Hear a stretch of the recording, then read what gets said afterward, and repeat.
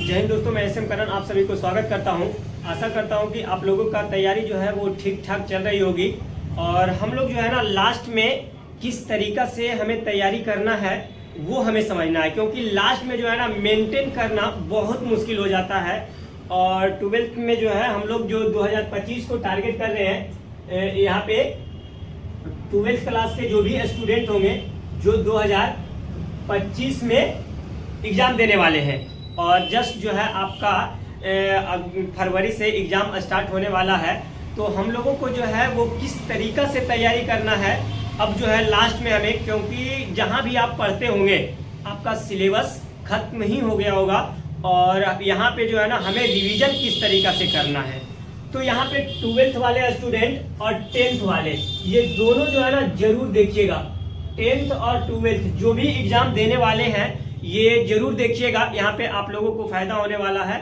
और लास्ट में जो है ना हम लोग थोड़ा सा जो तैयारी को कम करते हैं और हम लोग को समझ में नहीं आता है कि अब जो है मेंटेन कैसे करना है हम लोगों को। और लास्ट में मेहनत करता है और जो जितना भी सब्जेक्ट है सारे सब्जेक्ट को आप सिस्टमैटिक तरीके से अगर तैयारी करते हैं और मेंटेन रखते हैं तो आपका जो है तैयारी और बढ़िया हो जाता है। तो हम लोग यहाँ पे समझने वाले हैं कि हम लोग अगले 20 दिन किस तरीका से हमें तैयारी करना है।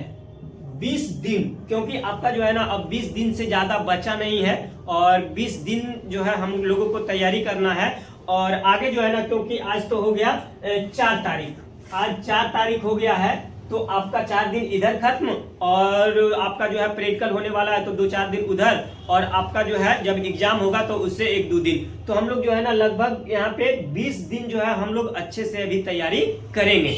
तो हम लोगों को किस तरीका से तैयारी करना है, अब मेंटेन कैसे करना है, ध्यान से समझिएगा।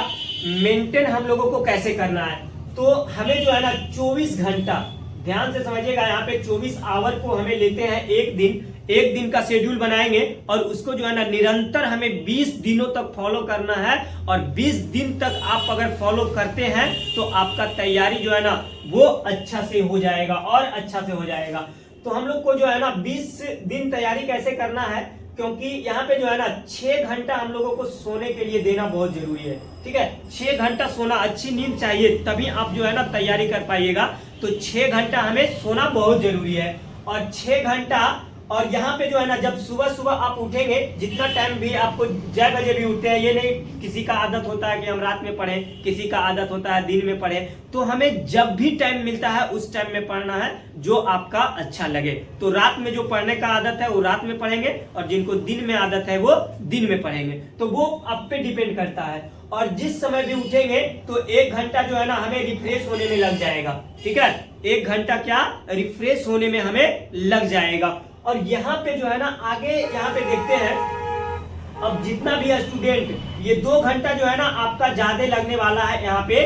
क्योंकि 2 घंटा जो है ना हम लोग खाना बनाने के लिए, जब रूम में लेकर जो है हम लोग डेरा लेकर रहते हैं, रूम में पढ़ते हैं, तो 2 घंटा हम लोगों को खाना बनाने में सुबह शाम जो है टाइम लग जाता है। तो ये जो है हमें करना पड़ेगा 2 घंटा, ठीक है। तो यहाँ पे जो है ना 2 घंटा और 1 घंटा यहाँ पे और आप ले लीजिए, क्योंकि 1 घंटा आपका और खत्म होगा, क्योंकि जो है ना कभी कभी घर से फोन आ जाएगा, नहीं इधर उधर जो है फोन पे भी हम लोगों को और टाइम इधर उधर भी करना पड़ता है, तो हम लोगों को 1 घंटा और लेकर चलना है।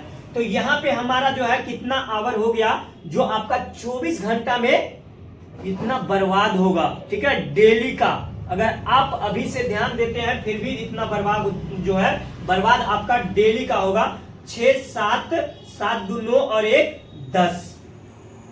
10 घंटा जो है ना आपका बर्बाद होगा, डेली का 10 घंटा, ठीक है। और इतना में अगर हमें जो है, अगर देखते हैं 24 में अगर 10 हम घटाते हैं तो यहाँ पे बच जाता है 14 घंटा। और आपको जो है ना लास्ट में आपको पढ़ना तो पड़ेगा 14 घंटा, 15 घंटा, जितना भी टाइम आपको लगे, आपको 12 घंटा से ज्यादा मेहनत करना पड़ जाएगा ये 20 दिन, और तब जो है ना आप एग्जाम में अच्छे से जो है स्कोर कर पाएंगे। तो हमें जो है ना ध्यान देना है कैसे पढ़ना है। और ये देखिएगा हम लोगों को जो है ना 14 घंटा बच रहा है, तो यहाँ पे हम लोग अलग तरीका से पढ़ने वाले हैं। कैसे पढ़ेंगे, क्योंकि 14 जो ये घंटा बचता है हमारे पास और 20 दिन बचता है, तो एक दिन में 14 घंटा को हमें कैसे करना है यहाँ पे देखते हैं। ये जो 14 घंटा होता है ना दोस्त, यहाँ पे हमें इसको जो है ना 3-3 घंटा में डिवाइड करना है। ठीक है, 3-3 घंटा में हमें क्या करना है, डिवाइड करना है।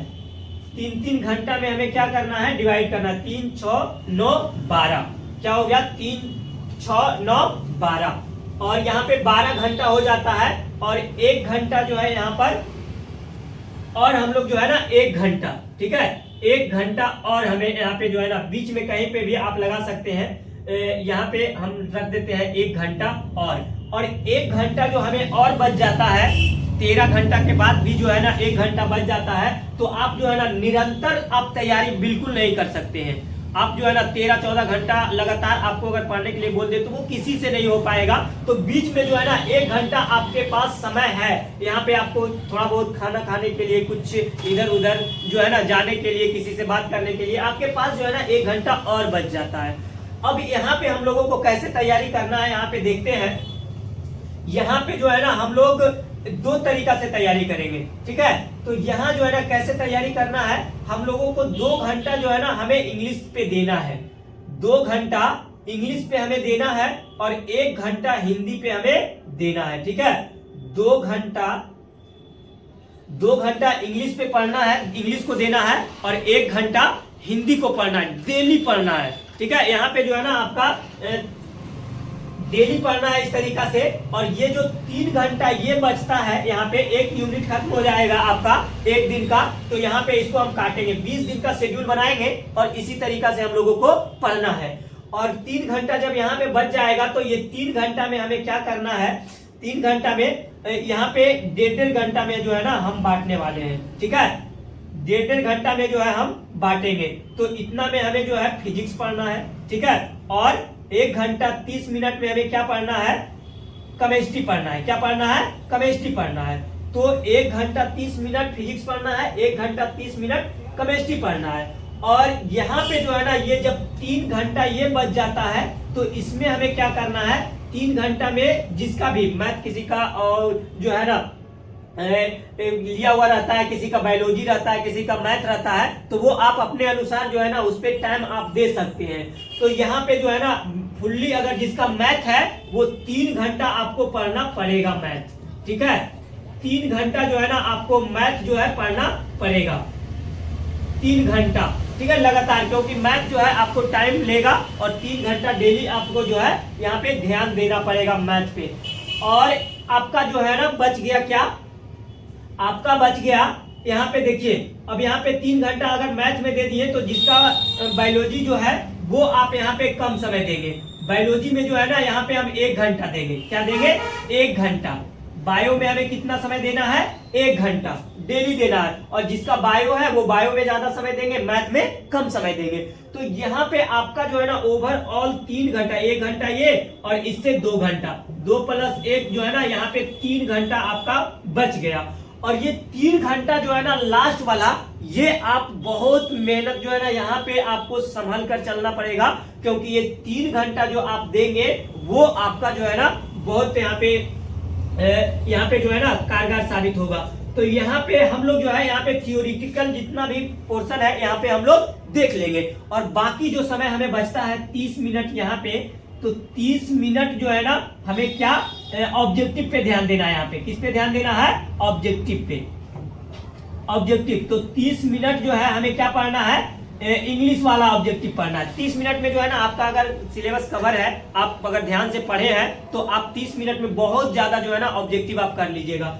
तो 30 मिनट इंग्लिश वाला पढ़ना है और 30 मिनट क्या पढ़ना है, हिंदी वाला पढ़ना है। और 30-30 मिनट पे जो है ना हम लोग बांट देंगे। और 30 मिनट यहाँ पे फिजिक्स और 30 मिनट केमिस्ट्री और 30 मिनट जो है ना यहाँ पे मैथ को हमें दे देना है। और मैथ में जो है ना यहाँ पे आप ध्यान देख लीजिएगा कि मैथ और बायो में आपका कौन है। तो आप जो है ना यहाँ पे इस तरीका से आप कर सकते हैं। यहाँ पे हो गया, यहाँ पे 3 घंटा हो जाता है। ठीक है, यहाँ पे देखिएगा 30 ये 1 घंटा और ये 1 घंटा और ये 1 घंटा। तो इस तरीका से ऑब्जेक्टिव अगर आपका कवर हो चुका है तो आप जो है ना यहाँ से आप ये यहाँ से जो है ऑब्जेक्टिव इस तरीका से पढ़ेंगे। और थ्योरी जो हमें पढ़ना है ना वो इतना आपको मेहनत डेली का करना होगा। और 20 दिन आप देखेंगे, ये 20 दिन जो होगा ना दोस्त, ये आपका ये बहुत इंपॉर्टेंट होने वाला है। और इस तरीका से आप शेड्यूल बनाकर जो है आप रणनीति बनाकर जो है स्ट्रेटजी बनाकर पढ़ेंगे तो आप जो है ज्यादा दिक्कत होने वाला आप लोगों को नहीं है और आप एग्जाम में बेहतर कर पाएंगे। ठीक है, तो यहाँ पे ऑब्जेक्टिव का पोर्शन किस तरीका से हमें देखना है यहाँ पे बता दिए। और थ्योरी वाला जो है हमें पढ़ना है वो इस तरीका, यहाँ पे जो है ना 2 घंटा और जैसे जैसे होगा ना वैसे वैसे जो है एक दिन में हमें बांट देना है। ठीक है, एक दिन में जो है इसे बांट देना है और काटते चलना है कि एक दिन में हम क्या पढ़े। हमें देखना भी है कि एक दिन में क्या पढ़े, दूसरा दिन जो है वो ये पहला यूनिट में हमें क्या पढ़े, दूसरा यूनिट में क्या पढ़ना है, तीसरा यूनिट में पढ़ना है। तो आप जो है ना 5 दिन तक फॉलो कीजिएगा और आपका स्कोर देखिएगा कि क्या होता है, जो है ना लेवल आपका बढ़ जाएगा। तो यहाँ तक जो है हम लोग समझ चुके हैं और बाकी जो है आप लोग का पढ़ाई जो है ठीक ठाक चल रही होगी। और यहाँ से जो है हमें इस तरीका से पढ़ना है। तो कहता है ना कि है यदि दम तुझ में तो जमाना बदल दो और अपने पसीने की ताकत को समझो और आज से मेहनत की पैमाना बदल दो। और यहाँ जो है आपको इस तरीका से पढ़ना है। और अब जो है यहाँ से हम आपसे विदा लेते हैं और मिलते हैं नेक्स्ट वीडियो में। और कैसा लगा है आप जरूर कमेंट में बताइएगा ये स्ट्रेटजी आपको कैसा लगा और शेयर कीजिएगा वैसे स्टूडेंट के पास जो 2025 में एग्जाम देने वाले हैं, ये उनके लिए बहुत जो है मददगार साबित होगा। तो आज के लिए बस इतना ही।